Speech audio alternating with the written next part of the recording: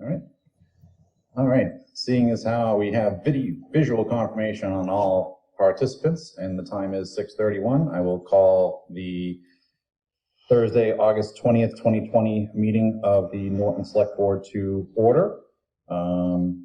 Let the record show that all 4 members are present, as well as Town Manager Michael Units.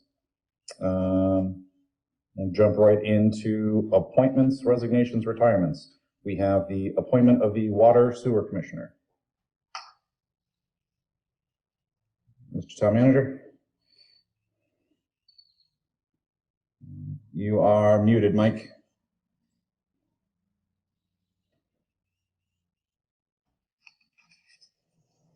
There you go. There's 2 candidates for the position, and hopefully they're both on tonight.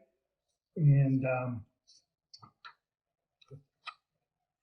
the first candidate is Bill Maher, and the second candidate that you have is Zach Tillis. So if you would like to interview the candidates, and hopefully the Water and Sewer Commissioners are also on here, because it's a joint vote of both boards.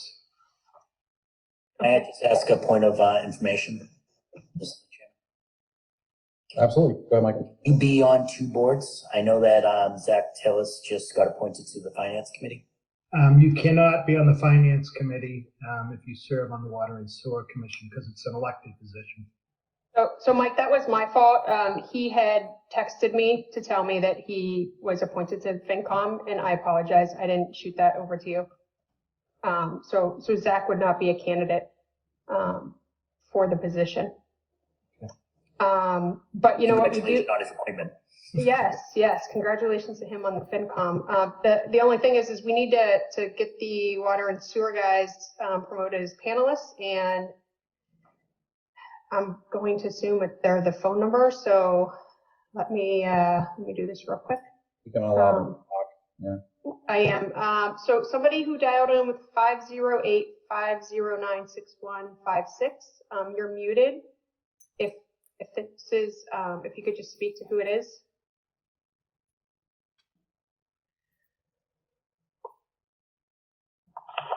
Hey guys, it's Luke. Excellent. Thanks, Luke. We're gonna just promote you here.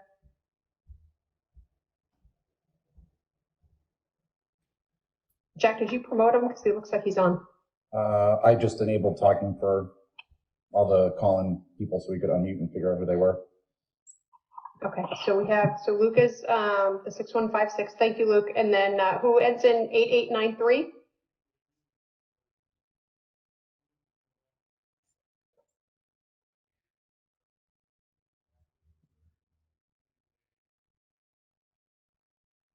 This is George at MX Consulting.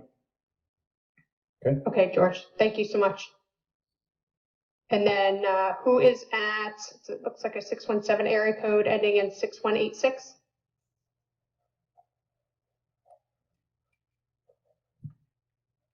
You just have to unmute yourself.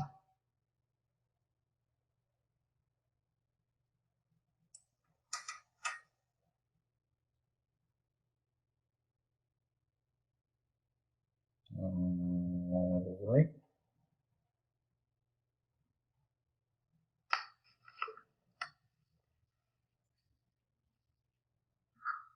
All right, we have a mystery caller. Thank you, unmuted. Laura Parker. It keeps muting me again. Okay. Thanks, Laura. All right, we have Luke. I do not see Mr. Marr or Frank on. Luke, do you expect Frank to be calling in? You know, I think Frank won't be calling in tonight, and I'm not sure what Bill is doing. All right. How about Steve? Is he joining? Steve was supposed to, but like you said, I haven't heard him yet, so I'm not sure what he's doing. I think I did RSVP from Steve that he wasn't able to make it last week. Okay. Tonight's meeting? For tonight's meeting. Very good then. Do we go ahead, or do we want a more majority of the Water Sewer Commission, or what are your thoughts? I'll defer that to you, Luke, since you are the lone member on there. We do have one candidate. We can discuss the individual that has submitted his request, or we can defer until our next meeting, which I think is next Thursday. I'm thinking we're okay to proceed and talk with the candidate. It seems we only have one. As our Water Sewer Commission has somewhat of a storied reputation as of late, we don't have a lot of people rushing in, so I'd be happy to discuss what we know about Bill, and if we want to move ahead and make a choice tonight, I'm okay with that. I'm glad to hear Zach is on the FinCom, but as I heard earlier, he can't now be appointed to the water sewer, so I guess we go ahead and talk about Bill. All right. So let's see, do we have Bill's letter in here? Yes. So I will read Bill's letter to town manager. I'm writing to you regarding my interest in the unfilled position on the Water Sewer Commission after the recent town election. As a town resident living at 82 Pine Street, I'm acutely aware of the concerns surrounding water clarity and quality, especially with manganese levels. I've attached my resume for your consideration. While I do not have a public works background, what I can bring to this town position is extensive experience with budgeting and financial reporting, management experience from department level through managing entire businesses, and understanding that the best problem solving comes through teamwork and a desire to serve others. I look forward to having the opportunity to discuss this opening with you in greater detail. Luke, do you have all of his information as well? I've seen all that, and like I said, he fits the finance part that we need, and if you look at his desire to serve, I think that's more than we have in anybody else right now, and maybe Steve and I have the nuts and bolts experience, and maybe he can assist with management and some financial stuff, and I'd like to go ahead and welcome him to the board if you guys think that's a good way to go. I'll open it up to the select board for any discussion. Personally, I think we've gone without the third member of the board long enough. We have a person who's willing to step up and help out, and especially if the Water Sewer Commissioners are in favor of bringing this person aboard, I think we should move ahead and get him on board so he can start helping out in that important position. I couldn't agree more, Brad. I've actually had a chance to speak with him. He seems very eager to help where he can, and like you said, I think the board has been without the commission's been without a third member for too long.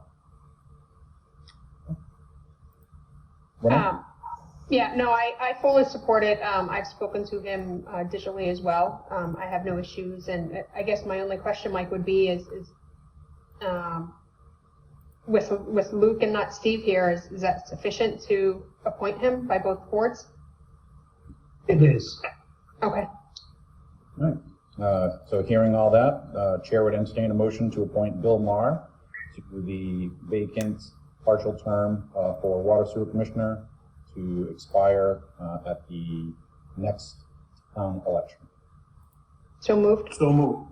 Second. Motion and a second. So, Mike, do we include Luke in the roll call here? You can include Luke as voting at your meeting, but he obviously can't call this as a water and sewer meeting. Luke? Yes. Michael? Yes. Brad? Yes. Renee? Yes. And I too vote yes. So welcome to the Water Sewer Commission, Bill Maher.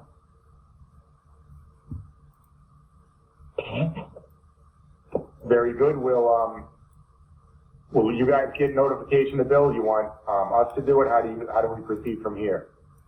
We'll send him a letter. And then Sounds good. he'll have to stop down to be sworn in, and then I'm sure that they'll notify the Water and Sewer Department. Very good. Yes, the swearing. It's all coming back to me. The swearing or the swearing in? That's what I said, yes. The swearing in. Okay, I think that's it for me, folks. It was good talking with you. I'll see you in the virtual world. All right. Thank you, Luke. Thank you, Luke. Have a good night. Thank you. You too. We are not done with appointments yet. We have the vote to appoint Michael Harrington to the Commission on Disability. Mike, anything there? Michael, too, do you want to speak on it? Yeah, I've actually known Michael Harrington for quite some time. He's a gentleman that actually stepped up, and he was actually asking me questions about it, and I had to refer to Mike Units because I was like, so he also does. Well, I don't want to talk Matt, but he seems that he is qualified, and it's something that he's passionate about, and I know that the committee is out. All right, great. Any further discussion? How many people are on this commission, Mike? Or Only 2 right now, so anyone else that's interested would be more than happy. is that 2 with Mr. Harrington, or does he make 2? He'll make 3. Is there? How many members are on there, Mike? I'm not sure, I'll have to check, but I think it's around 7, but I'll check. I think that's what you saw when you looked it up, Mike. I thought you said 7. 7. And Michael, you mentioned something here about a name change to the committee. Yeah, I think the official name change, Mike, and correct me if I'm wrong, is the Handicap Accessibility Commission. Is that correct, Mike? That is correct. I think this is a committee that probably hasn't looked at, and I'm not crazy about being the politically correct police, but I think that's an appropriate name. I think it's probably the American Disabilities Accessibility Commission, but I'm not sure if someone could guide me on what the proper procedure of the name change, and if that name is even appropriate for this committee, and Mike will probably address that for me. Yep, we'll check into that with the state. And, Okay. and Michael, to your question, I think the only hurdle is if this appears in the charter, correct? If the committee name appears in the charter, because then it has to be like we did when we updated the SelectBoard Right. and the EDC. Yep. So if it's not, then is it just a vote by us to change the name? It would be. Okay. So let's make sure that we follow up on that and bring that. Yeah, I think it's an update that's been overlooked for a long time. Excellent. And Mr. Harrington is on. So let's see here. I will allow Mr. Harrington. You are able to speak if you'd like to say anything. Oh, thank you very much, Jack. And Mike for your words. Yeah, the name is very inappropriate, and I hope to meet with the other members and discuss a better name and check with the state on what would be best for the town for that. Right. Will do. Well, without any further discussion, the chair would entertain a motion to appoint Michael Harrington to the Commission on Disability, soon to be renamed, pending their input. So moved. Second. A motion and a second. Michael? Yes. Brad? Yes. Nay. Yes. I too vote yes. Congratulations, Mr. Harrington. Thank you for volunteering your time. Thank you very much, Mr. Chairman. Thank you, Michael. Thanks.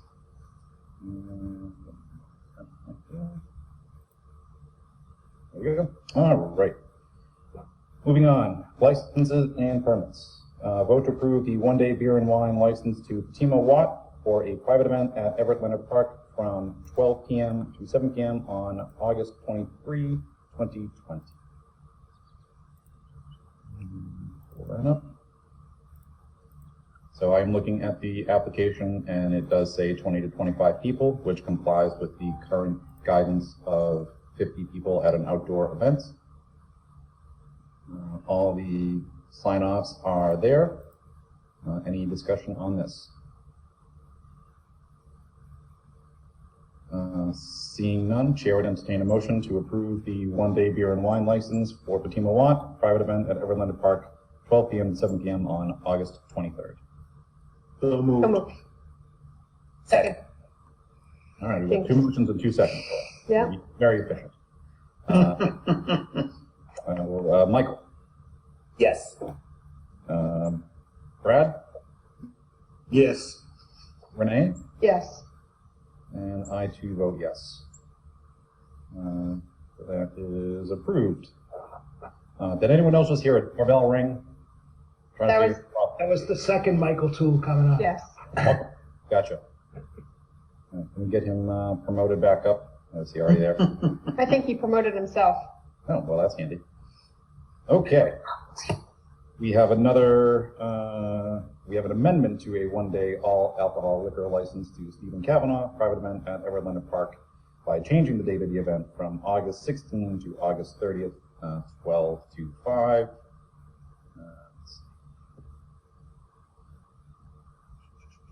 This came from Sharon, and she confirms that the group size is under 50 and will follow the revised state guidelines. Any questions or discussion on this?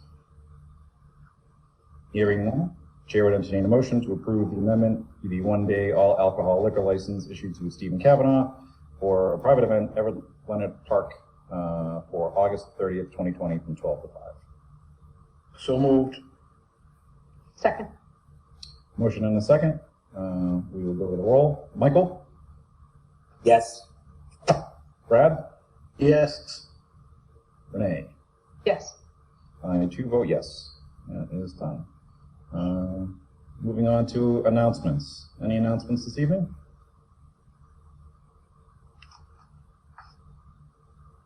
Do not see any in the packet. Anyone on the board have any announcements? There were no announcements at this time. Okay. Any board members have anything they'd like to share? Nothing for me. That is announcements. Thanks, Jack. All right. Don't know if this is the appropriate point, but I would like to highlight the honorary mayor of Norton, Peter J. Wiggins, has been given a radio show on Thursdays from, I believe, 2 to 3, 1 hour a week on WARA radio out of Attleboro. And he had his first show today, and I believe this will be a weekly occurrence where he talks about the town of Norton. So congratulations to Peter on this new endeavor. He's becoming the master of all media. Very exciting. Moving on to new business. We have a public hearing on the application for a transfer of the retail packaged goods store license. Mr. Town Manager, take us away. I believe the attorney is supposed to be on tonight. I don't know if you can figure that out. You know his name, Mike? Yep, his name is Attorney Moradian, if I'm saying that right. Yep, he is here. Let me promote him. Hi, this is John. Can you hear me okay? And this We is, can, John. if I could, Mr. Chairman, this is a hearing, so I believe, is this a hearing, Attorney Moradian? Should the board vote to open the hearing? Yes, it's a public hearing for the transfer of the license, so. All right. And, Jack, if I may first, are there other folks who are on that should be able to speak that we can do before we open the session? I've asked Krunal Patel, Krunal, Okay, he is here, so we'll promote him. and Venus Patel, Vinus. You see him? I do. Yep, we'll promote him as well. There's Suresh Patel, Suresh. Yes. Okay, so those three are the applicant. Yeah. Okay. And Mike, as a public hearing, correct, that we have to open it up to the public. So, Jack, I don't know how you want, if you want folks to send send a Q&A or send it in chat? I think they raised their hands in the chat. We can see them and acknowledge them and unmute them as we go through. So members of the public, we are trying the webinar format for the first time tonight, so we're kind of working through the kinks, and the public hearing throws a little bit of a fun curveball here, so please bear with us. So Mike, I heard you say we need to open the public hearing, so Chair would entertain a motion to open the public hearing for the transfer of retail packaged goods store license to expose, keep for sale, and sell all kinds of alcoholic beverages not to be drunk on the premises at 194 South Worcester Street, Norton, Mass. 02766, from A&E of Norton, Inc., doing business as Barrowsville Station. Manager Elizabeth J. Bartolo, to Bristol Beverages, doing business Inc., doing business as Barrowsville Station. Manager Kunal Patel. So moved. Second. Okay. Hearing open. Take it away, Mr. Morandi. Good evening. My name is Attorney John Moradian from Demarcus Law Offices. I represent Bristol Beverages Incorporated, and what we're asking for today is a approval of the transfer of the liquor license. Bristol Beverages Incorporated is buying the store at 194 South Worcester Street in Norton. It's a straightforward business transaction. The business and the real estate associated at that premises. We're seeking approval of the transfer of the license, approval of Kunal Patel as manager of record, and approval of the pledge of the license and inventory to Rockland Trust Company as they are financing the transaction. It's a straightforward deal. You really won't see any change in anything except for just a new ownership group. Same hours, there's no change to the premise layout, no expansion of the premises or anything like that. So with that, I'll welcome any questions you may have for me.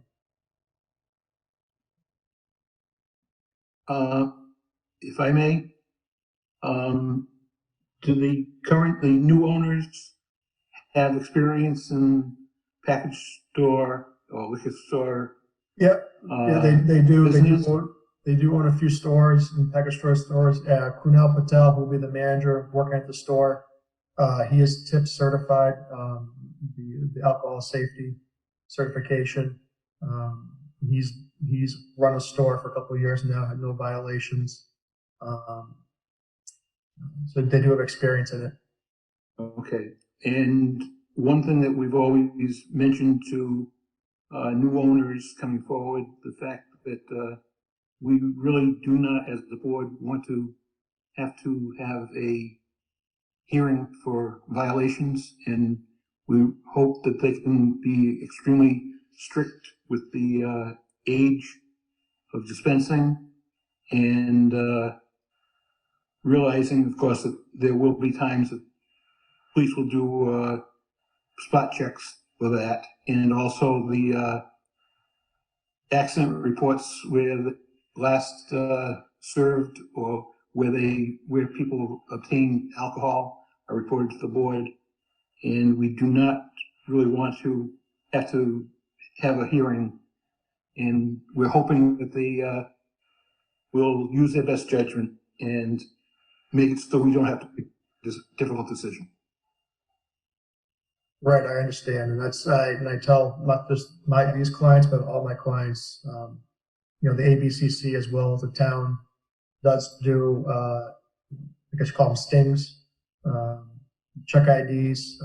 I hope they would use an ID scanner system, point of sale system, but they are aware of the underage sales, and no one wants to be back in front of the board for a discipline hearing. Well, no one wants to be on the board for a disciplinary hearing either. So, as a favor to us, right? Don't come back. That's all I have. If you want to go on. And Brett? Anyone else? Just to follow up on Brad's question, I know they have experience in town. Do they actually own any other liquor stores in town or package stores in town? Not in town. Okay. Renee, any questions? No, I saw I think the two locations that were listed as previous employments. I just have a question on a piece of the paperwork. There are different addresses. Oh, never mind. They're the same. I just didn't look at the first name. No, I don't have any questions, Jack. I think we can put this up for a vote. All right. Well, anybody in the audience would like to ask any questions or make a statement, please raise your hands in the chat.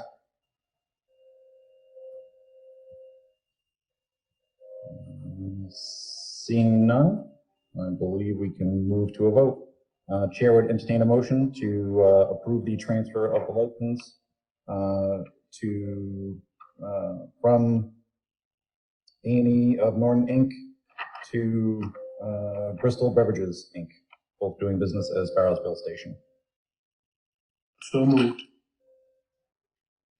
Second. Motion and a second. We'll go to the roll. Michael? Yes. Brad? Yes. Renee? Yes.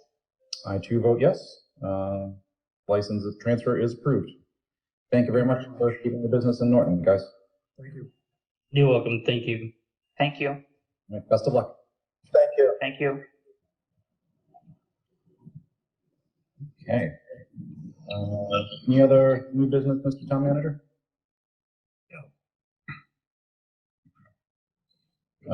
Moving on, old businesses. Old business. Vote on special town meeting article, please. Chairman? Yes, sir. So the articles that need to be addressed are really just the zoning articles. Article 1, 2, and 3 were articles that need no action at this time. So I know you've already had information on the village center article. Mike, may I just ask, were we supposed to close the public hearing? Oh, I'm sorry, yes. Yes. Rookie behind the vote, please. All right.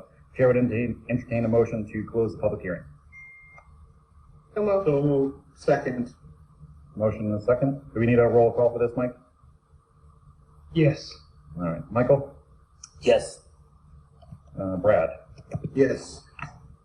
Renee? Yes. I too vote yes.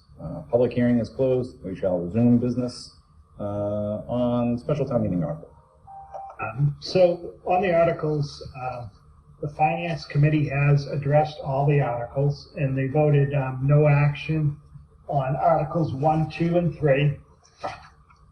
And then on the zoning articles, they voted in favor of the Village Center Core Zoning District. They voted in favor of the map amendment for that. They voted in favor of the establishment of the marijuana retail districts, and they also voted in favor of the map amendment for that. They did not vote in favor of the article that was put forth by the planning board to do away with the requirement that when a piece of property is being rezoned, that they put the signs out in the area. The Finance Committee did not vote in support of that. All right, so that would be, they voted yes on 4, 5, and 6, no on 7. They voted yes on Articles 4, 5, 6, and 7, and voted no on 8. Gotcha. Yeah. Okay. And Mike, I'm trying to see if it's on here. Are we providing that checklist like we have in the past to show the select board's votes and the planning boards? Yes. And then FinCom? Yeah. We'll do that right after you vote. I wasn't sure if you had voted these articles before or not. That's what I thought we voted them last week. Actually, I think we voted for them before they were moved off the warrant. Okay. But if we need to do it again because it's a new warrant, I think we could probably do that quickly. Yeah. All righty. And is this, is the warrant available online anywhere yet, Mike? I believe if it isn't on, it'll be on tomorrow. It's being reviewed one last time by council, and it should be on tomorrow. So do we want to vote to, for Articles 4, 5, 6, and 7, just as a, make sure? Did we already do 1, 2, and 3? 1, 2, and 3 we're not acting on right now. They're placeholders. So, okay, so we don't have to vote anything on them. Correct. So Chair would entertain a motion to support Articles 4, 5, 6, and 7 on the special town meeting warrants. So move.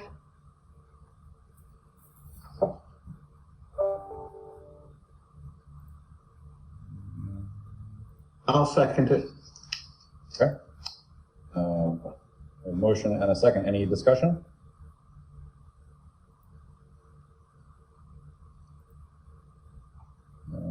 Hearing none, we will go to vote.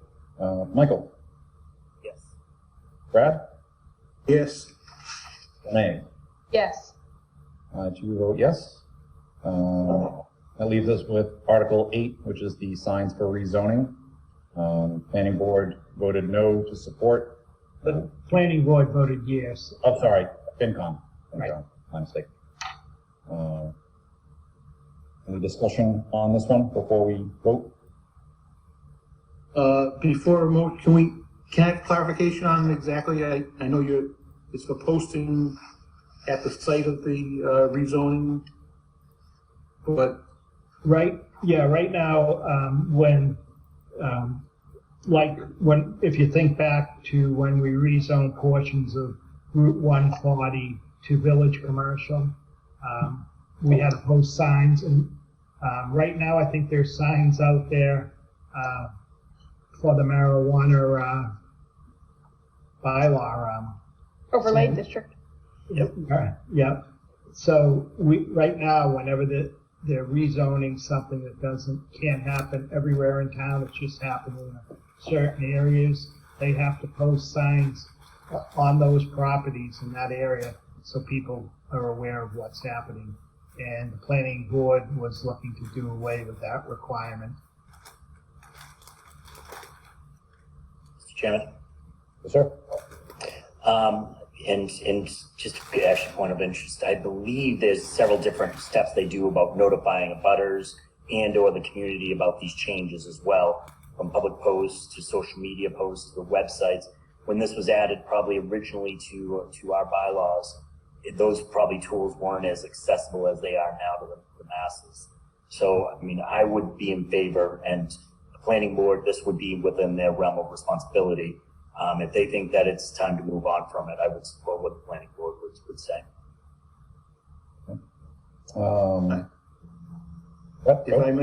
If I may, I also would be in favor of supporting it. Mostly because if I remember correctly in discussion, a lot of the printing on the signs is so small that you have to get up and go up and actually stand in front of it to read it. It's not like it's something you can notice driving by. And I think where abutters are notified, and as Michael indicated, with the internet use so much more prevalent than when the bylaws were written, I think that we more than cover the notification to abutters and the townspeople without putting signs on pieces of property. And Brett, I think we voted on this when we all agreed the first time as well. I'm going to offer just a different opinion because I had the pleasure of being on the FinCom meeting because I had to present the articles beforehand. So, one of the concerns, and I think it's a valid concern, is that it is another way for us to communicate things that are happening. And there were some folks who indicated that if they hadn't had signs in certain projects, that they wouldn't have known that it was going on. While I think we have a really good system, to push out notifications through Norton Alerts, I'm not quite sure that that we have details for everybody to reach the masses.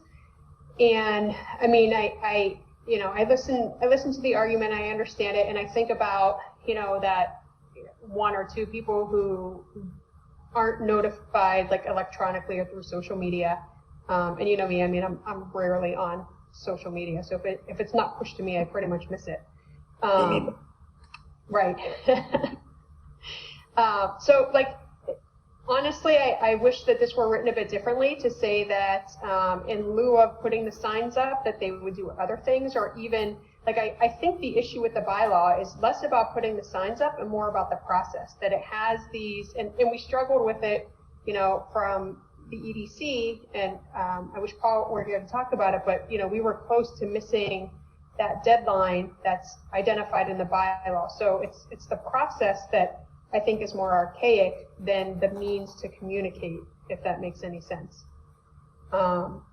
So I'm kind of on the fence right now. Like, I'm hesitant to say let's change it, because I think if it does provide another way for us to communicate, we should do it until we're absolutely sure that we have, you know, that we're reaching people. And I know, you know, there's the argument too that every abutter is getting the notification in the mail, and that's a very significant effort for you know, Paul's department as well to get those out. Certainly this last set of notifications.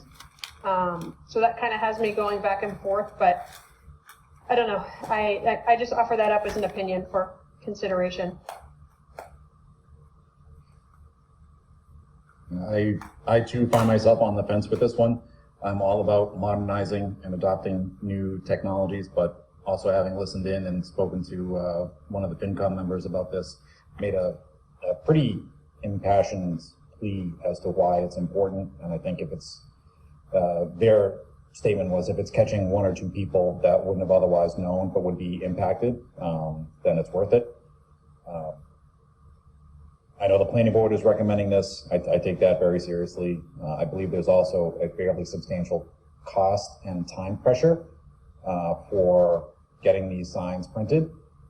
I don't know if anyone can speak to that. Renee, I know you were on the call. I heard it was like thousands of dollars to get these signs made.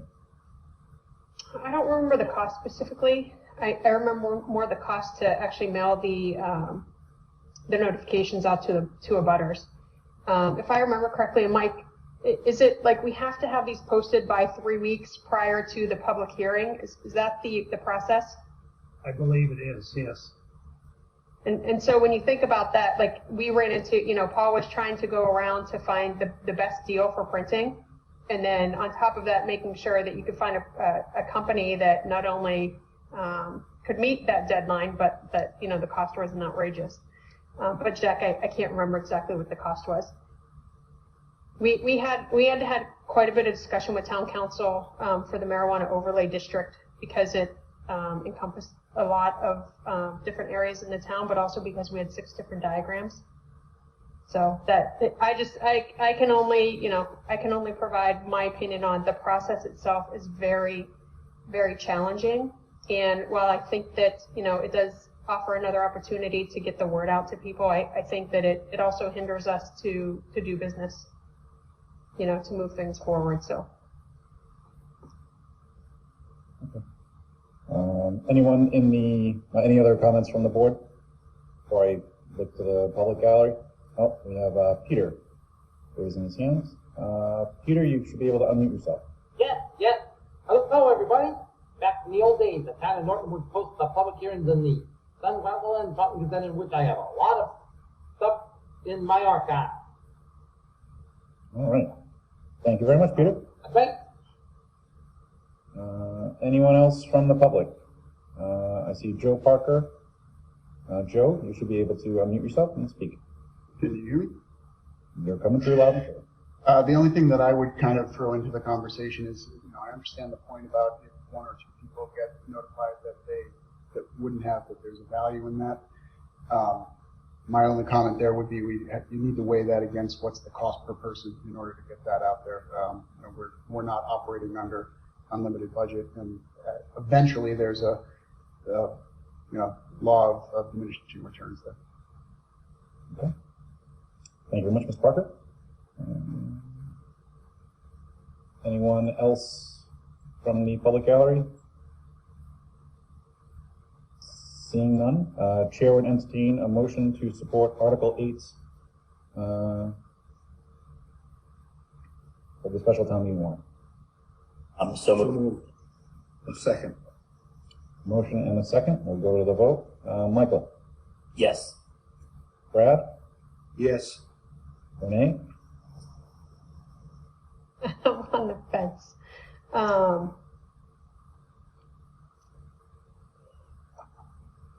going to say no. I will vote yes on this. So, motion carries. Either one. All right. Anything else on the special town meeting articles? Nope. Quick question, I can see, right, I still don't have the articles right in front of me. What's the order? Does the marijuana overlay come before which one comes before? The zoning of the village core, or does the marijuana? Village core is first. Sorry, Jeff. Nope. You're right. Thank you. With the marijuana overlay is 6 and 7, Michael. Thank you. All right. Moving on. Discussion on Norton Meals Program.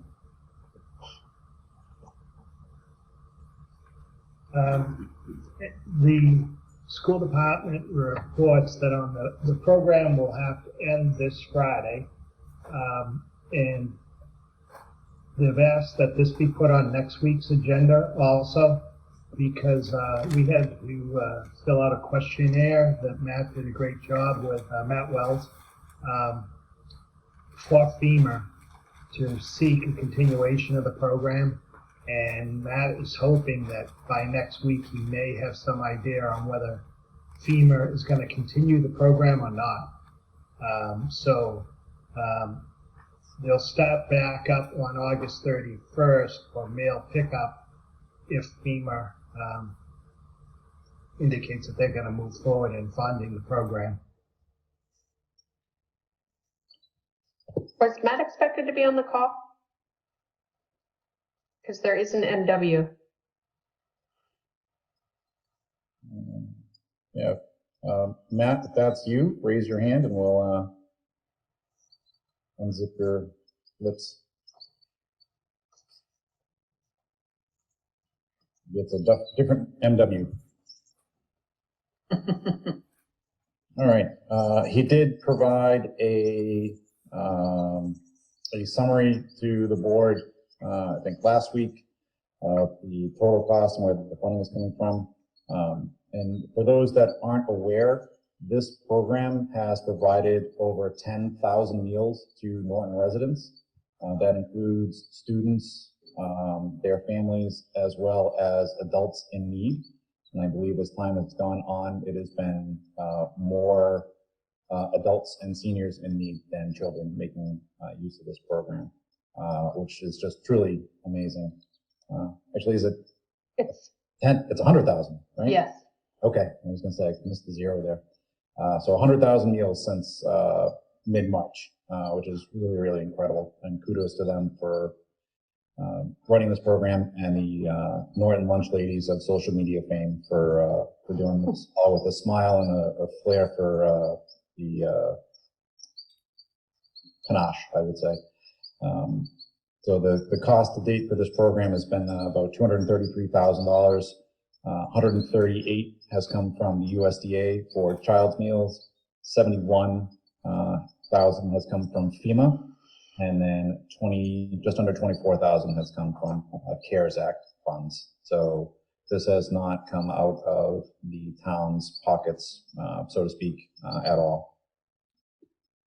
So that's a quick summary on that program. Mr. Chairman, so the continuation, is that just the child's portion, or is that the adults and the child's program? That would be the adult. I'm not sure of what the school's commitment is. They have a different requirement because school will be starting anyway, so they have to provide free and reduced lunch. Okay. We're being asked, just for the clarification, to continue the program until the end of August, until FEMA comes back, whether or not they're going to extend this. Is that correct, Mike? Yeah, the program's going to end this Friday, I believe. And hopefully can start up again at the end of August if FEMA comes forward with funding. Okay. Do we have the option to fund this with CARES funding to bridge that gap? I know FEMA does come through and extend it. It applies retroactively to anything that's been done since the program ended, based on the last time this happened. Yeah, we're meeting next Tuesday, so we'll look at all the funding that's available, and Thursday give you a better idea on that. If I remember correctly, there was going to be at least a week's gap in the program because the school has to be cleaned in preparation for the spring, and so they were going to be down. The kitchen was going to be down for a week anyways. Gotcha. So I think that's why it's ending this Friday, and there'll be at least a week's gap in there. Okay. So it's not a funding issue, it's a... No, it's physically, the place has to be cleaned to start the new year. Okay.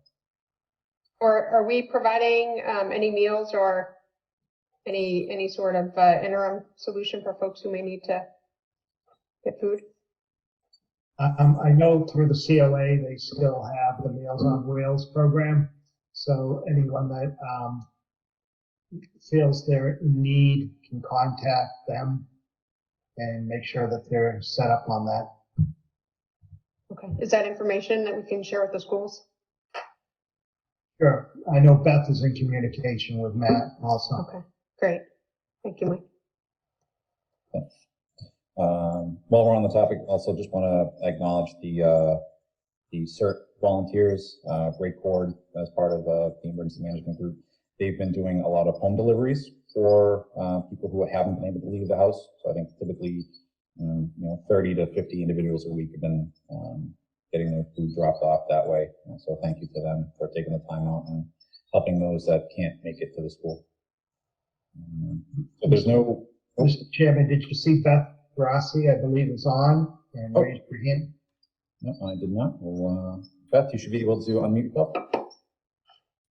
Yep. Hi, guys. How are we doing tonight? Great, Beth. How are you? Can you hear me? Yeah. Good. Yep. I'm real good. I just want to let you know that out of the Human Service Office at the Senior Center, we've been working really hard to get the resources to people that they need for food. So one of the things that we have started a grab and go, and that is through Bristol Elder Services for seniors. That's in addition to the Meals on Wheels program that they do. I've also been handling a lot of food stamp applications for residents of all ages. So just a little comparison, we did 16 food stamps applications last year. This year, just from January till now, we're over 60. So my sort of feeling on this, I think it's awesome what the school has done. I think it's awesome that we've really supported people, but it seems like this is going to be a long-term problem for people. It's not that short-term thing I think we initially had. There's a lot of programs out there that offer a longer-term fix, food stamps being one of them. There are the Cupboard of Kindness, another one, the local church dinners are also available, and that was a handout that I gave to the schools at the beginning of the year. It's changed a little bit. I actually have a flyer that I'm dropping off at the lunch people tomorrow so they can let the seniors know that they can grab and go at the senior center. But this may be an issue that's not going to go away for a long, long time. So it's just something to think about, that maybe we should be looking at long-term solutions. And I have the access and the avenues to get people to those long-term solutions. So I think that's why I was really encouraging Ray Cord's people to let's switch this from emergency management to Meals on Wheels, because it's another set of eyes going into senior residents' home. If they can't get out, it would be nice to have an agency that specializes in elder affairs checking in on these senior residents. So I would like to see people sort of come through my office, because then, if we know somebody's struggling for food, then we can also offer them things like fuel assistance. There's a whole myriad of services that we can offer to people, but I don't know if they don't come through my door. So I'm seeing now, especially now that the extra $600 in unemployment is gone away, I think I'm going to be seeing, or hopefully we would see more people come through the door who would qualify for financial benefits. That's great, Beth. Thank you. What's the best way for folks to reach you? Is it via email or phone? Phone is great, 508-285-0235, or they can email. It's the letter COA, stands for Council on Aging, at nortonmaus.com. That goes right to us. All right. A lot of people have been texting me lately. That's kind of funny too. So, Right. you know, we do whatever we can, but I think this is a long-term problem now. I was hoping this stupid virus would go away a lot quicker than it seems like it's going to. So. And Beth, can you share that flyer with us too, and maybe we can help push it out as well? Yeah, so I have a small flyer that just sort of talks about the senior lunches that I was going to drop off with Matt, with the lunch people tomorrow morning on my way into work. But I do have a section of my newsletter that I can turn into a PDF that has local resources, grab-and-go meals at the local churches, as well as, I mean, the food stand stuff, that's just call me. Our office is hooked into the DTA network. So not only can I sign somebody up for DTA for SNAP benefits, but I can follow them and track if for whatever reason their account is going to end. I can call them and say, hey, you didn't send in your renewal information. I mean, there's a lot of benefits going through me that can really help people out. It's we're sort of skipping the middle step for people by having that direct connection with DTA. It's pretty awesome. Sure, and I think if you have a list of those services that we can circulate, that would be great. Yep, We'll I can certainly get try to that. promote that. Yeah, no problem. I see we have Laurel with her hand up. Laurel, you should be able to unmute. Yeah, there's I'm one of the certain people who delivers food to families and the elderly people. There's a couple that aren't able to get out. So I'm particularly concerned with them, and I've actually talked to Beth a couple of times about a couple of these customers, clients in the past, and I'm just a little worried about what they're going to do next week. Okay. Beth, are there any services that are available? I know you mentioned Meals on Wheels. Is that something that? There's Meals on Wheels, and if we can't register them to get the home delivered meals by next week, we're also doing the grab and go, where I can order a couple extras. I've been doing that every week. Don't tell Bristol elders, but I've been ordering a few extra to have on hand for people. So if I do a home visit and I see somebody who's in need, I can give them one of these meals as well. So if we're concerned about a few people, I do have extra meals on hand. Excellent. So, And you would be delivering those? I would, either me or Kathy or Saucy, depending on who's around. We do. I mean, I think it's up to the individuals to sort of, or somehow get in touch with us. Or maybe you can, again, I don't know who the schools have been delivering to. So if I could get a copy of who we've been serving, then I can reach out to them and say, hey, this is stopping. Let's do, let's get you signed up for Meals on Wheels so you won't miss out on home delivered meals. And I would have hoped that you would have gotten that list by now. I can get you something tomorrow. Yeah, if you can. I mean, I know just of the few that you spoke to me about. Yep. And to be honest with you, some people are very, very resistant to the term Meals on Wheels. Yep. So, yep. And if this is a long-term I mean, it's hard because you can't force somebody to take a service that they don't want.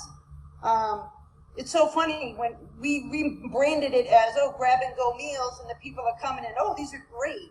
I've actually, before COVID, I had Bristol come in and they did a whole meal for us, and people were saying, this is the best spaghetti I ever had. And it's the same thing that was packaged individually for people. So there's a perception of Meals on Wheels. I think that might be a little antiquated.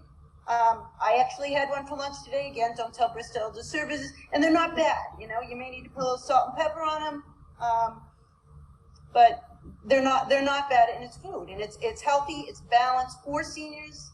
It always comes with a vegetable, bread, butter, dessert, the whole 9 yards. So I would just need to know the people who to reach out to, and I would be more than happy to do that.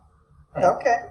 Thank you both for that. I think, Laurel, if you can pass the word to any of the other CERT volunteers that are visiting these individuals tomorrow for tomorrow's delivery, and have them reach out to Beth, either at that phone number, 508-285-0235, or at nortonmaus.com, and they can get in touch with her.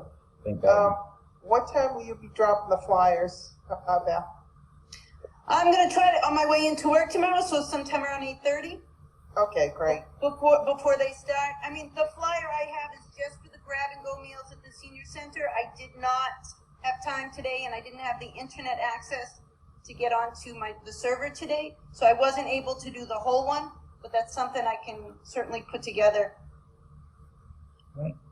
Great. Okay, so I could tell these people that they should contact you, and you might be able to get them the grab-and-go meals. Yeah, I think it would be better if I have the list of people who are being delivered to, then I can personally reach out to them. I don't know. Absolutely, that would be if there's great. an issue with that, but yeah. All right. Just in the interest of time, we'll bring this back. I appreciate both of you guys coming and bringing this up. I think you guys can connect offline to get the list of people, and hopefully we can make the bridge week work for the folks that need it most.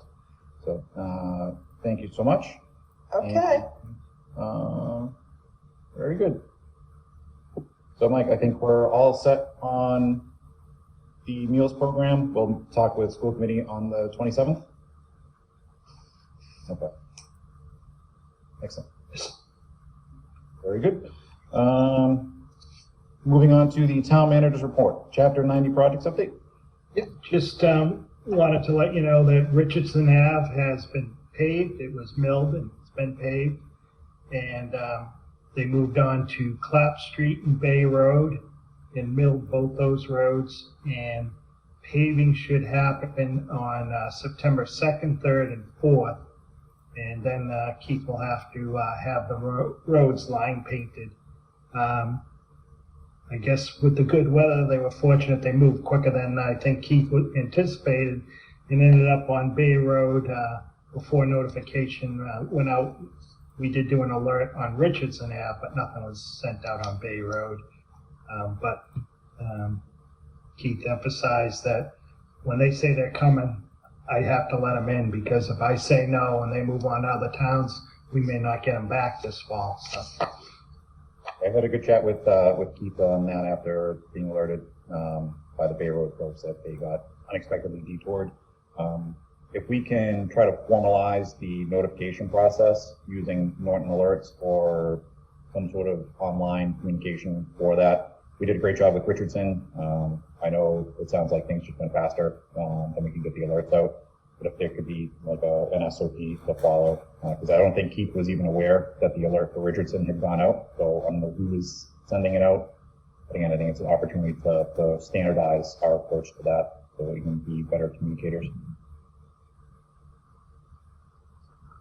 Yeah. Okay. And the next thing's free cash certification. James Quello, the town accountant, did a great job in getting all the everything done that he had to get this in early. And the state has certified our free cash at $2,877,433. The enterprise water fund is $2,524,261, and the sewer enterprise fund is $2,472,115. So that is free cash certified from last year. So that is not indicative of any balance that exists in a free cash account, correct? That's free cash for FY20. And so that in that there was $196,169 that was never used to free cash from the previous year was part of that, but the rest of it was all from FY20. Okay. Hey, Mike, can I ask, what is the Prudential Committee that's listed in the letter? It said certification letters will be emailed to the mayor, manager, board of selectmen, prudential committee. That's a very good question. I never saw that. Okay. Maybe James knows. Is James on? I didn't see him. Unless he's a phone number. I've never heard of a prudential committee. We'll check in, or maybe some towns have something different. I'll check them. So just for my clarification, as I'm new to this, free cash totals that you just gave us Yeah. were from monies that were not spent in 2020 that basically are there pre-spends or anything that are coming out of those totals as well, or? Those are monies that it's made up of a couple things. Well, three things: the leftover free cash, anticipated revenues that came in above what was anticipated, and then turnbacks. And turnbacks were high this year, actually, because of COVID. Yeah. Because a lot of things didn't happen that you would have expected to happen because of it. And Mike, if I'm not mistaken, for 21, we've used some of that cash to maybe the projected shortfalls that we said for our budget this year. Is that correct? Or am I off base? Am I mixing too many things there? So what we use the free cash for in October is usually when we decide what we're going to do with free cash. And we'll go to stabilization fund. Some can go to stabilization, some can go to OPEB, some can go to fund budgets, some can go to fund capital. We usually hold our capital to the fall for that. Okay. Thank you. Great. Thank you, Mike. Any other questions on free cash certification? Seeing none, we'll jump. Actually, Mr. Chairman, just real quickly, it's probably a question I'm not sure if Mike can answer or not. Obviously, the numbers, the free cash for both the sewer account and the water seemed awfully high. Do those go to pay for projects? What ends up happening with those? Do they decide what happens with it, or does it get transferred at some point, any excess? What I know, they're using some of that money for the Route 123 project to connect all the homes to the new water main. So they can hold it until they have projects that they need to use that for. I mean, they have to sit down and look at their budget and decide what they need it for, whether they use it, fund the budget or fund projects. It can never be get transferred back to the town, though, correct? It can't be transferred to the town, no. That's a separate. It's an enterprise account. So right, and water can't be used for sewer projects. Okay, thank you. That's what I thought, but I just vice versa. Great question, Michael. Up to 3 of you down with us, 4 of you down. All right, moving on. Update on the cybersecurity breach. Yep, as you know, back on August 10th, so over at the dispatch center, they were unable to get onto their payment server and contacted MX, our consulting services company, and within 10 minutes, MX figured out that the payment server had been hit with a virus. And so fortunately, the timing of it was only a matter of about a half hour from the last backup that was done. All our backups are virtual, and so it's all in the cloud. And so there was only a matter of a half hour of anything that was could have been missing because of that.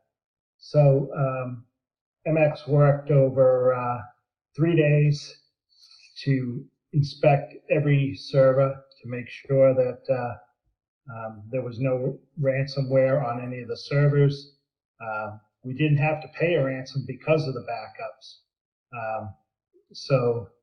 Which was very, very fortunate.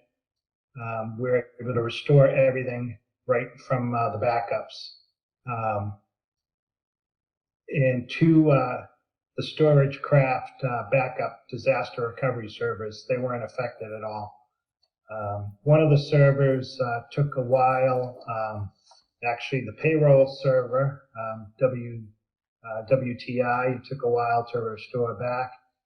The treasurer did a great job in working with the company to use their server and get every payroll done, because this happened on a Tuesday and payroll was Thursday. So we were fortunate. She did a great job.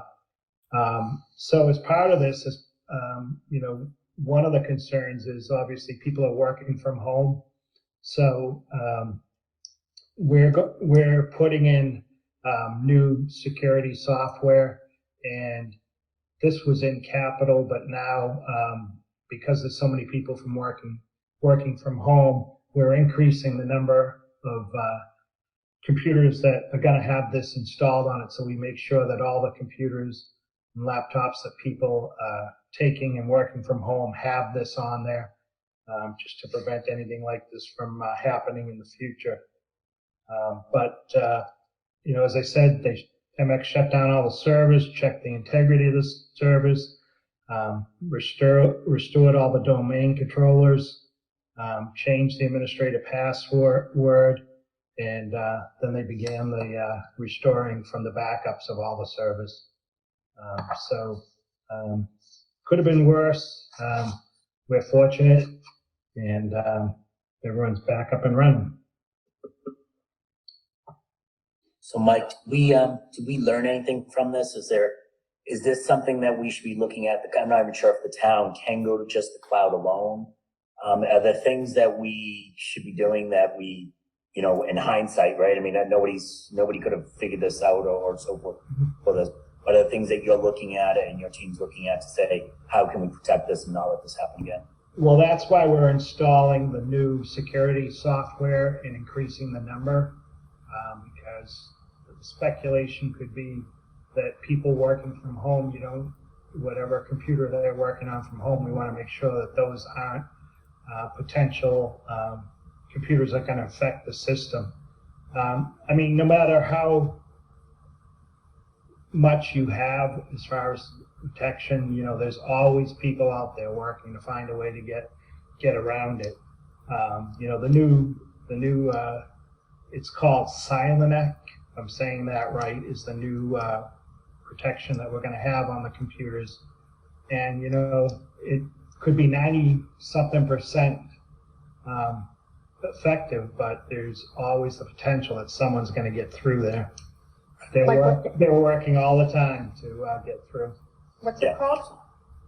It's called, I'll spell it, it's Cylance, Protect, with optics. And it's a 5th generation Protect. Go ahead. Do you know if there's anything critical that may have been exposed? Credit card number. I know we use Unipay and all that stuff, but was there anything of real critical that you're concerned about, or your team's concerned about, that we may have been exposed? No, we're not. So Mike, you mentioned in the beginning that it was a virus, but then you said it was ransomware? It was ransomware. Okay. And so in respect to, what's our policy on folks connecting? Can they use any device, or is it mandatory that they use the town's devices?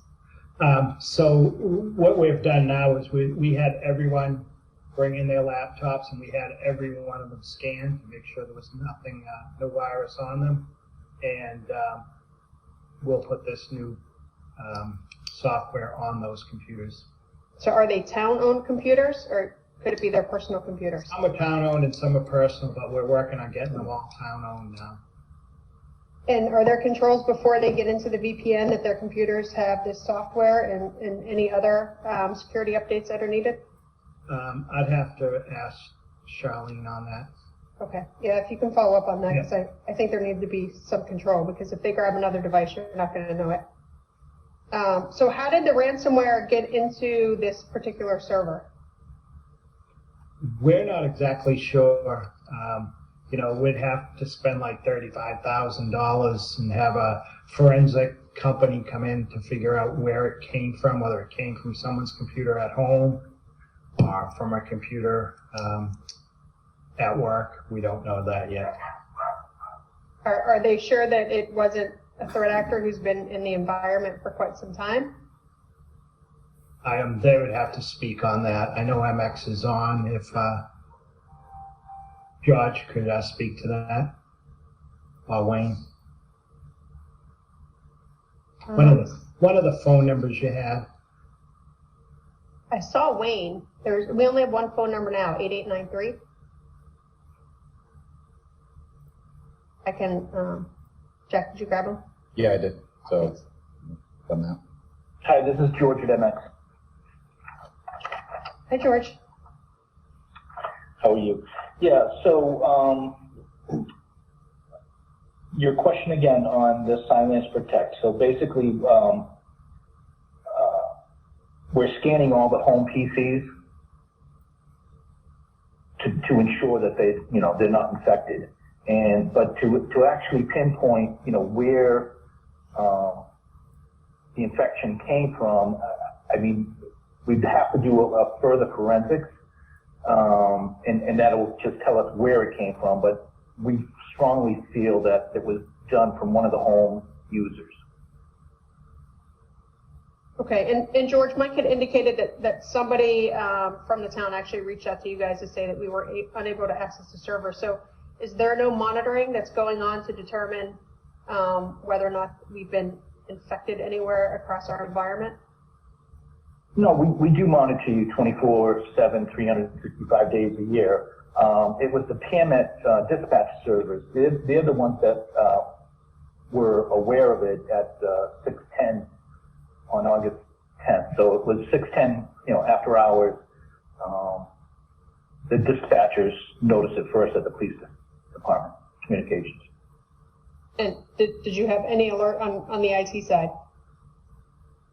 No, the way ransomware works is it locks up all the network shared drives.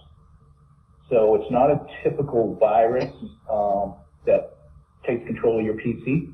It encrypts the network drives, and again, you could have 10 users, you could have 1,000 users in a network, but now all the network drives were encrypted except for your backups. Your backups are not a network drive, so it's locked down, if you will.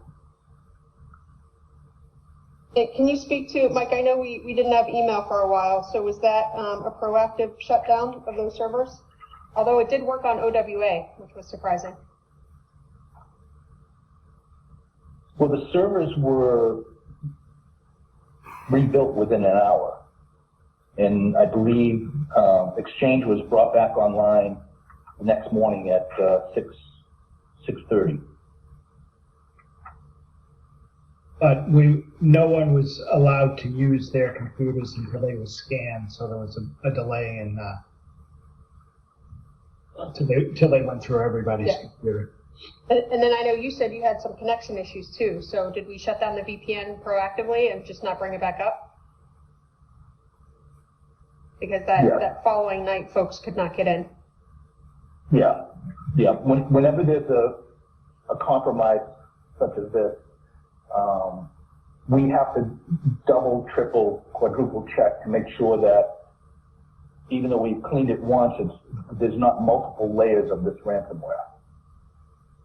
So we have to do our due diligence, if you will, cleaning before we can put it back on the network, or else it would reinfect everybody.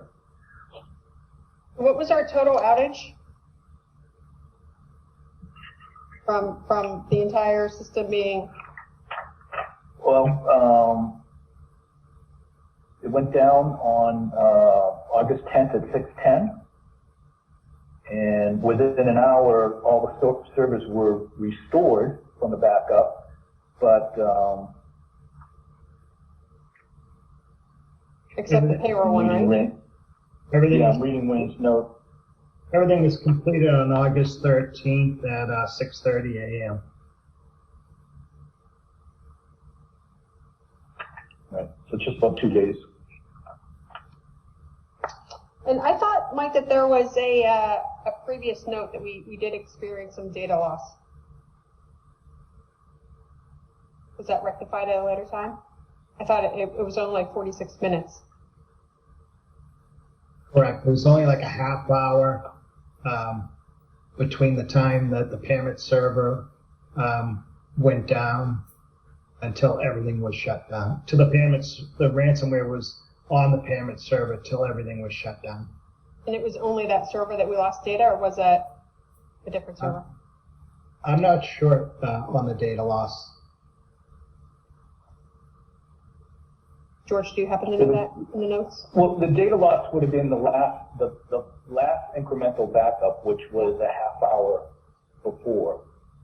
So it's really that data right there. So I guess we could look into what data was lost, but I don't believe there was a significant amount of data after hours. Right. Maybe a few tickets that dispatch was trying to. But really it was the outage, getting the servers back up online. Right. So Mike, I know I asked some initial questions about our SLA with this. Were you able to look those up? I have not. Can you try to do that for the next meeting? Thank you. And George, I'm sorry, on the data loss, is it just when we're doing backups, are we backing up all the servers at the same time, or are the servers on different schedule? No, every hour on the hour, every server is being backed up. Okay. And it's the incremental, all the changes of the data gets backed up on an hourly basis, and at midnight it rolls up to a daily, and at the end of the week it rolls up to a weekly, and the weeklies roll up to monthlies, and we keep about 2 years of data. So we can go back, it's a pretty good, it works. Okay. You said we're doing incremental hourlies, a daily, a weekly, and a monthly right now? Full daily, weekly, monthly? Yep. Thank you. George, I have a question on the town OWA. It's been showing as not secure for folks connecting through the Chrome browser. I'm not sure if that's in your world and someone else's world, but that's another level of vulnerability. I don't know how we get that addressed. I can check with Wayne, our VP of Engineering, and have him get back to Michael. Okay. So, Mike, if you could have an update for that by the 27th as well. Yeah. We've been out there for several weeks now. I guess the one question I have, and it's, are we at where we need to be technology-wise? Are we behind the 8 ball? Are we trying to just play catch-up here? Should we be fully virtual? Is that an option even at this point? And I'll just kind of throw it to the group. Well, actually, you are virtual. There's only one server that is physical. So you're running VMware, and 5 of the servers are virtualized. They're redundant hardware, so the way the network looks is there's 2 identical servers that back each other up, and they can fail over with virtualization. Between those two servers, there are 5 virtual servers. Storagecraft is an additional 2 hardware devices that have Storagecraft, and that's the cloud backup that Mike was talking about. And we can actually spin up a new server. So, for instance, Exchange, we brought Exchange back online the very next day, but it only takes 20 minutes to reboot a virtual server from the backup device itself. So,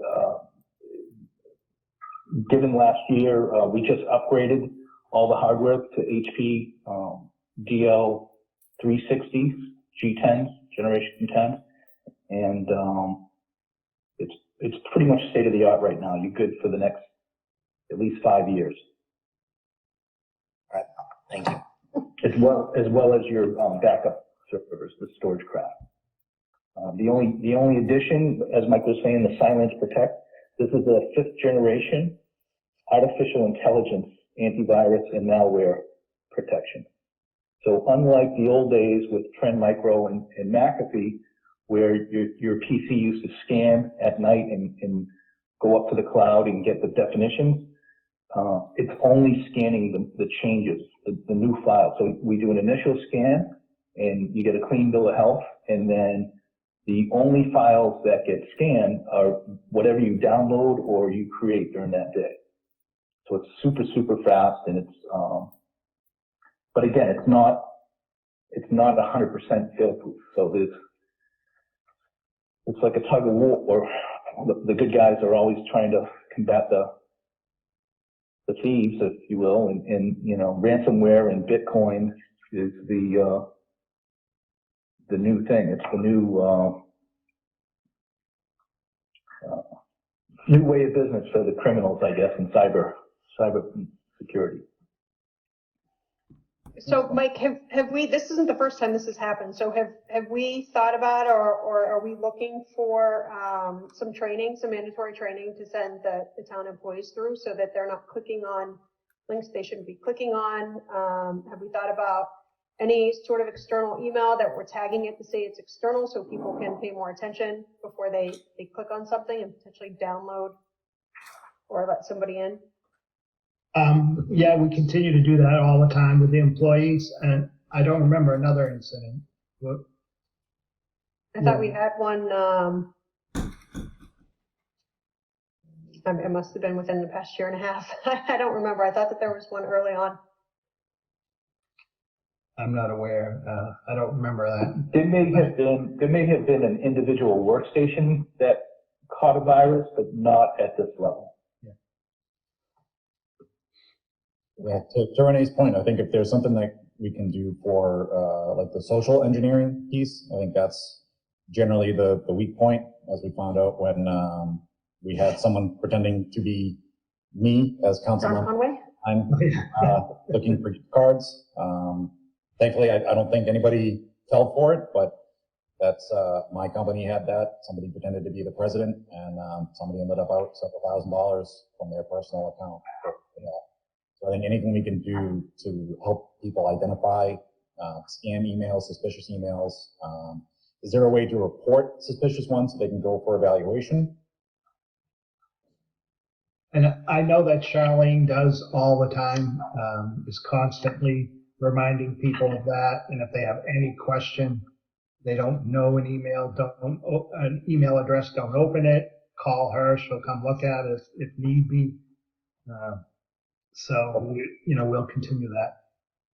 Is that going out to all employees, Mike? Because I haven't seen anything like that. I think that the latest I've seen is just about the password changes. It's just her in discussion with all the employees, and whenever they have something suspicious, they call. So maybe guys, we can take this offline only because I think, Mike, that I don't know, Wayne, if you guys offer this, but there's I think a lack here of just a standard training process. And I mean, it's kind of like Jack was saying, like,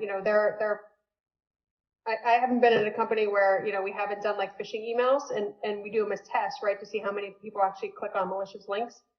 But I think maybe with some education, we can at least get better prepared for this. And George, I agree with you. This ransomware is pretty big right now and it's not going to stop. So I think it's going to start with the end user and we need to get them up to speed. Yeah, the other thing to look at, town-wide, there's 110 users. And with the whole COVID and the remote workers, we put another 65 users on the network. And really, that's what we really need to tighten up. And Mike and Charlene just ordered the Silence program, even though it was in the budget for this capital budget for this year. But I think this is, it's going to keep you that much more protected, but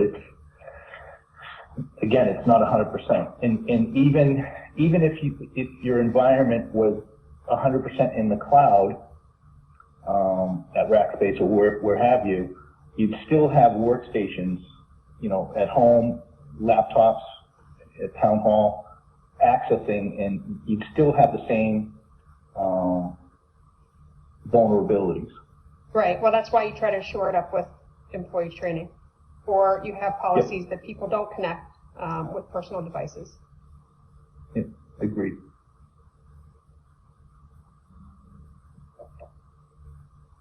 All right. Anything else for George? Appreciate your time tonight. Thank you for providing the information you had, and look forward to you and Mike kind of closing the gaps on the SLA and what was the other one? Outlook Web Access. That's the Web Access. BOA. Yep. All right. Thank you. Have a good night. Thank you, George. You too.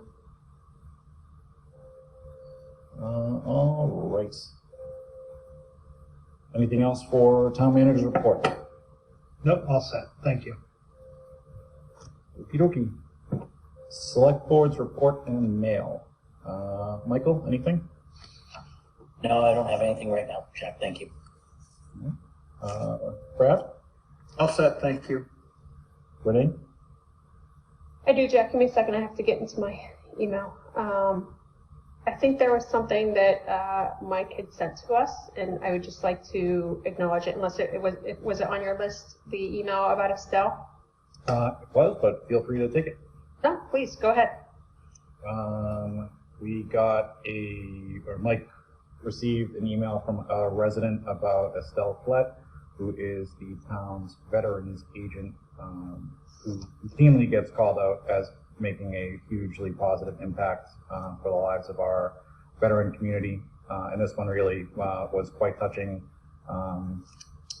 Came from the widow of a resident who had passed away, and how Estelle just really held her hand through the VA process and was her advocate. And it was a really heartfelt note, and just reminds us all of what a great job Estelle does, and how she really truly cares for the clients that she serves and does not give up. So kudos to Estelle again, and I appreciate the resident whose name I cannot find at the moment for sending that in. That means a lot, I'm sure, to Estelle as well as to us.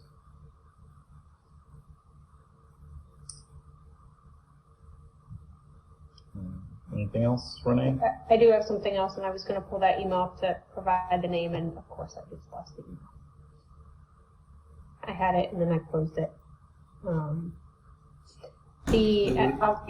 Excuse me? Go ahead. The one who wrote the letter was Margot Walsh. Thank you, Brett. Thanks, Brett. The only thing, Mike, I had a question. I know you and I had a brief discussion, and I followed up with an email on support for the Charter Commission meeting this Saturday. Is that something that you were able to facilitate? The health agent was going to reach out to the chairman and also the vice chair, so I'll double check and see if he's done that. Great, thank you. I believe we do have Laura Parker on. Laura, I'm going to allow you to speak. Have you heard anything from Chris at all?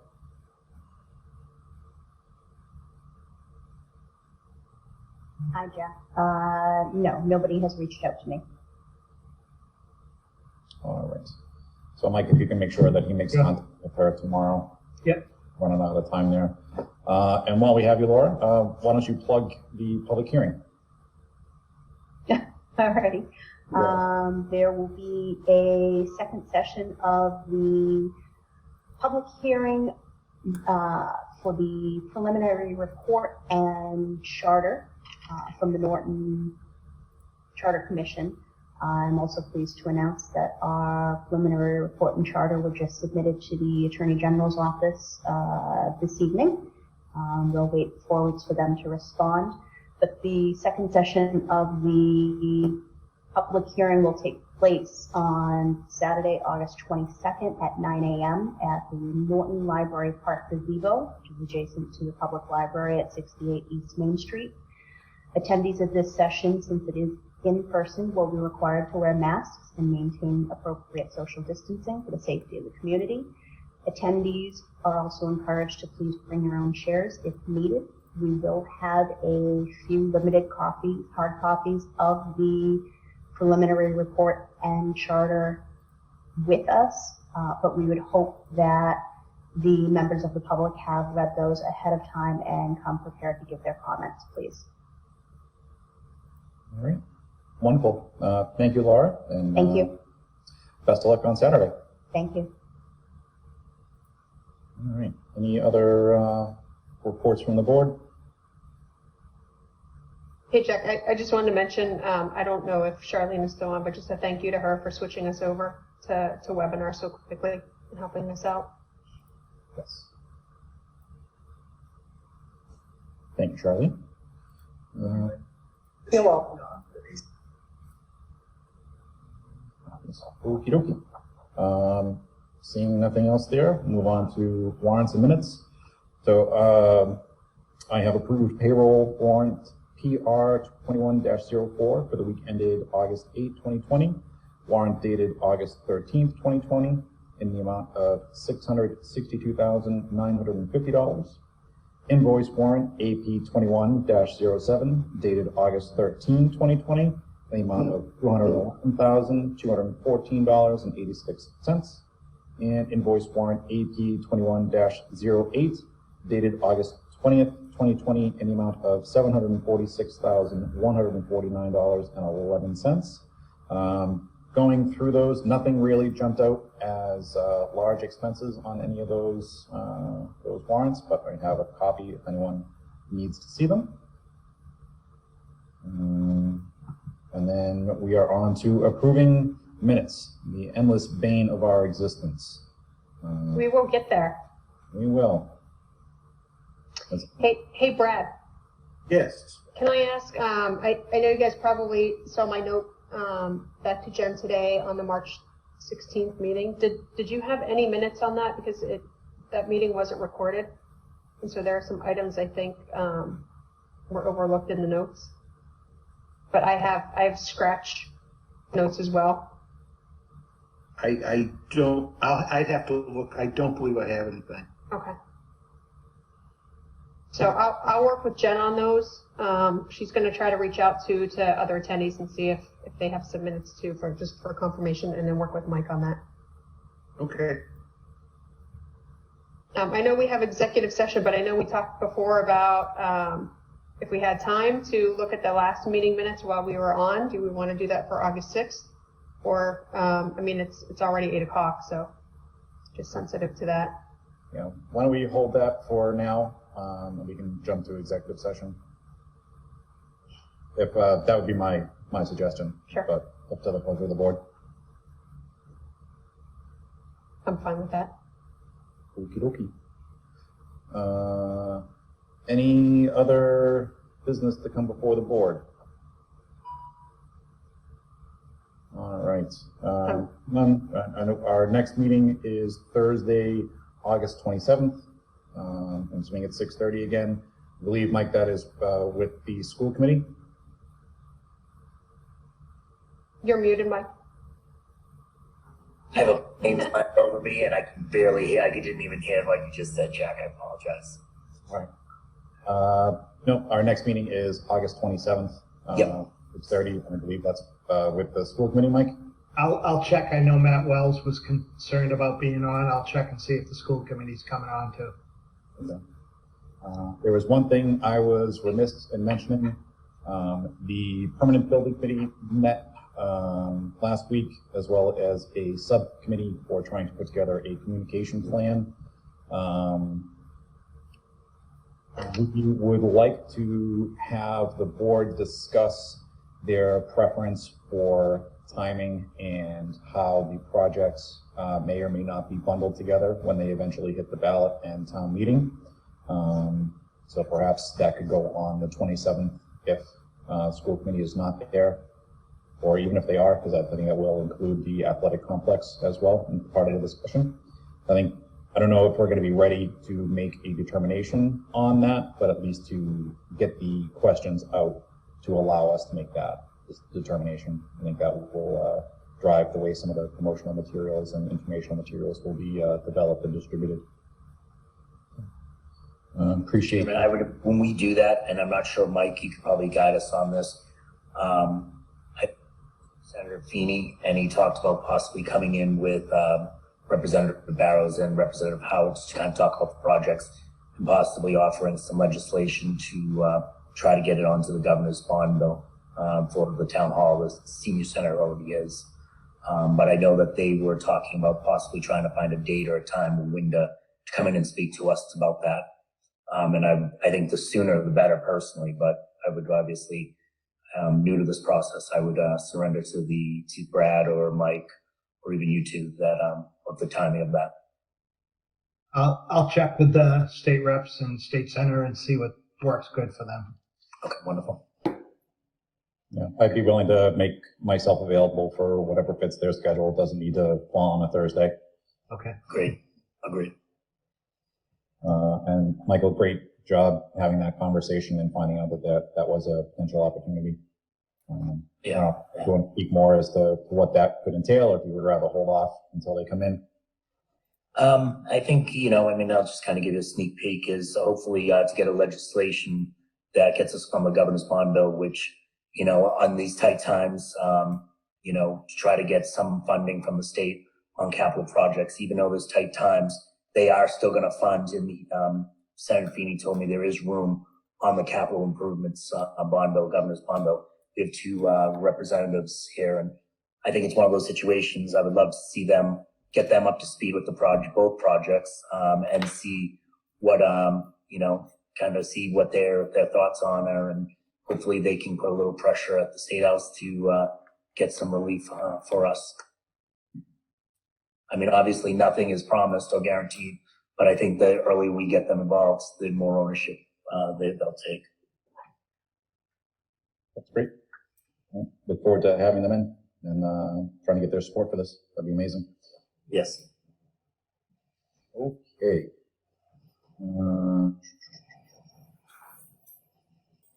I believe we are moving to executive session, and I just need to find the language for that. And I'm always terrible about that. And you need to send me that, so I think I'm supposed to read that, but I was just scrambling around trying to find it. I'm like, there's no way in heck I'm finding it. I have it. Do you want me to share my screen, Jack? Sure. Great.